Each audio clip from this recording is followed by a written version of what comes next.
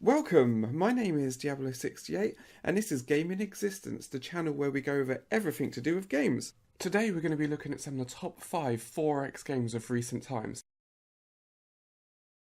Stellaris is an interesting take on a 4X game. It's real time and it tries to make you sort of role play your way through a 4X game.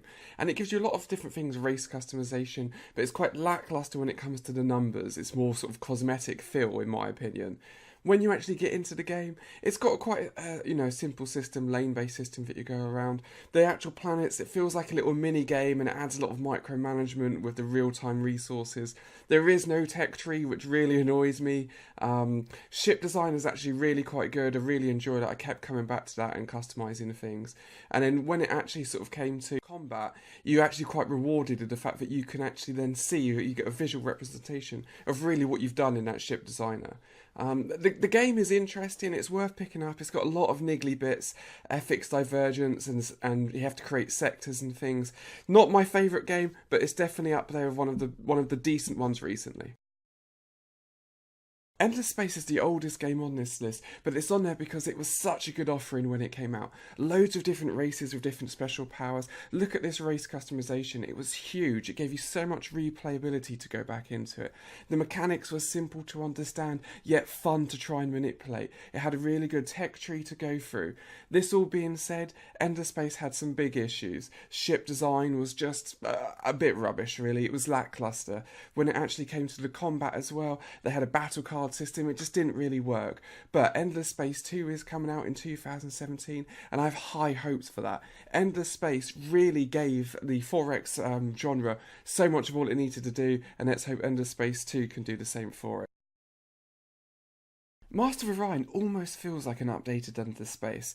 It's a well-polished 4X game. Race customization, they've done just enough to keep you interested in trying different things.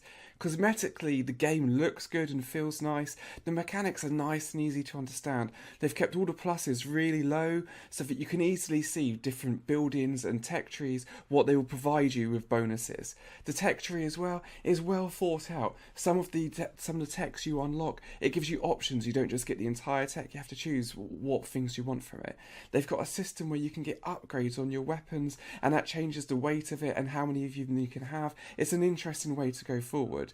Ship design is a bit basic. It's a loadout system with a weight system. Cosmetically you can't change it that well. Combat is just fine, and that is one of the things with Master of Orion. The game is a well polished, fine game. It's it's not groundbreaking, but it's worth picking up. Endless Legend was the next instalment from the Endless Space guys with a fantasy theme. It sticks to a lot of the same great things that Endless Space had, lots of different races to choose from, an extensive race customization that you could go through.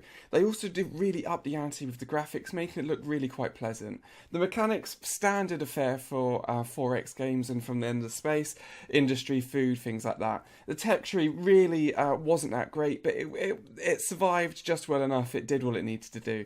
What was good about Endless Legend was the race customization as well. You could really go through so many different loadouts and different sort of equipment styles that you could have in your characters.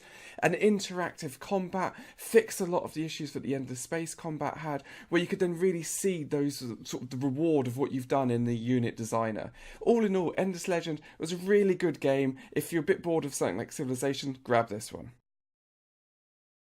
Galactic Civilizations 3 is a surprise entry at number 1, because when I first got the game I really didn't like it. It had a lot of micromanagement bits that annoyed me, but as I played the game and really sort of found myself embracing it more, I found that all of these niggly annoying things I could overcome. Race customization is absolutely fine.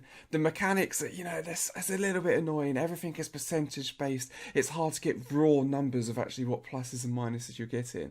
You get micromanagement where you have to build these star bases everywhere and things, which gets a little bit annoying. But as I say, the game is a sprawling space empire. When you go through this tech tree, you've got multiple tech trees, loads of different things, and you find yourself jumping back and forth depending on what the situation requires.